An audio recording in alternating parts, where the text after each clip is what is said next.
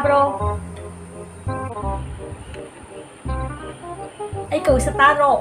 Bro. Sorry, nó nâng được bỏ. Này, không phải vậy.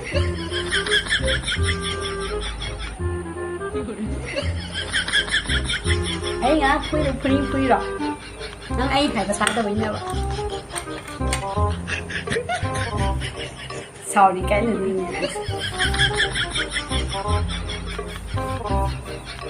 Thu được số giá đó. Người mình khoan là gì lấy cái này. Sẽ xem nè, mua một cái này, mua được nói rằng cái này, mình biết thì hay là không bạn. Phải chứ. Sao nó to bạn? La lên, hay la lên, nó là vậy. Thấy cái tôi rồi,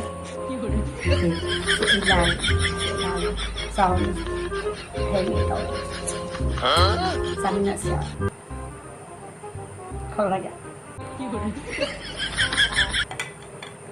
Baik,